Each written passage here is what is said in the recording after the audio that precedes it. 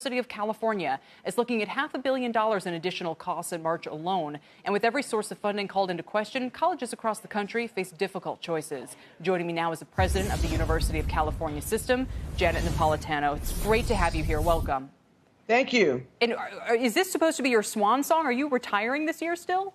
I had announced in September that I would step down as president of the university on August 1st of this year. So yeah, it's quite a swan song if it's a swan song. And you know, the irony is that so many of the universities who have hospital systems are much more hard hit because they're losing that hospital revenue right now. So how much is that contributing to the challenges you face?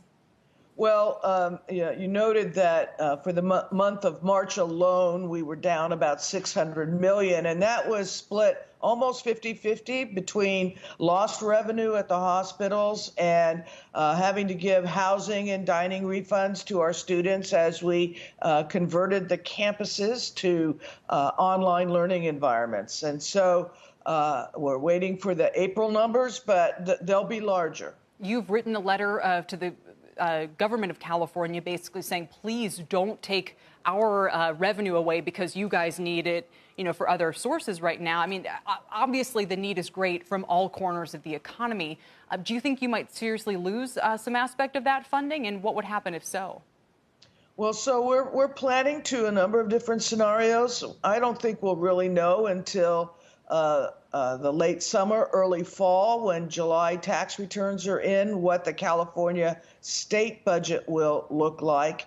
We also won't know what enrollment will look like. We get statements of intent to register today, and so we'll know kind of a preliminary number, but we won't know how many students actually show up until classes begin in the fall. So we're planning to different scenarios, and then we'll have to see how they play out. Could you give us some insight as to those numbers? We've spoken with a number of colleges this week, including Purdue and Northwestern, and they're trying to look at a number of different options. You know, Northwestern said they might look at nearby hotel rooms to spread students if they have social distancing, and Purdue said they don't know how many people would show up because the whole idea of taking a gap year, which some would maybe find attractive, is that you're traveling or going on some, you know, international experience that really may not be feasible right now. So what are those different scenarios? And anecdotally, what are you hearing about the likelihood that students don't show up? Well, you know, you hear different things, but the point of fact is that the University of California is still going to be offering course content in the fall, just as we've done throughout the spring, and students can still make progress towards their degrees.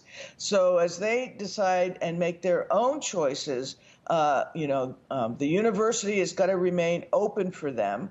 It might be remote, it might be in person, it might be some sort of hybrid. One of the things that is a hallmark of the University of California is we have very robust financial aid. So, for example, for a number of years, no student from a California family that makes less than $80,000 a year, they don't pay any tuition or fees already.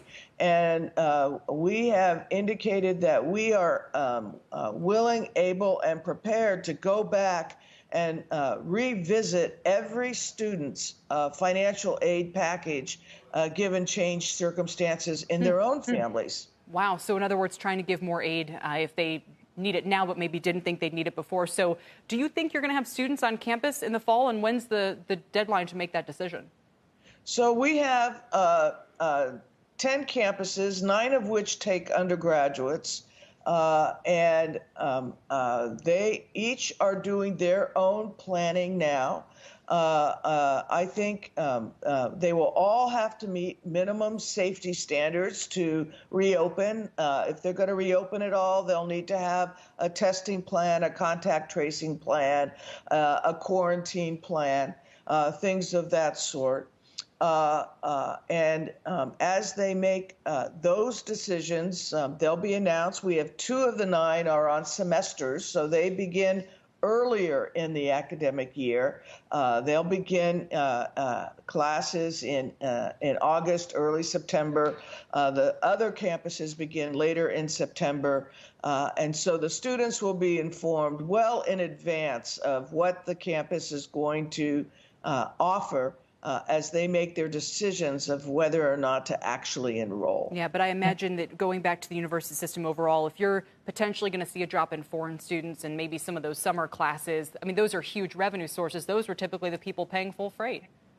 That's right. And we do anticipate a large loss in international students, partially due to the travel restrictions caused by the pandemic, partially because of the increased difficulty in getting student visas to the United States. That was a separate and independent issue with our foreign students. Yep.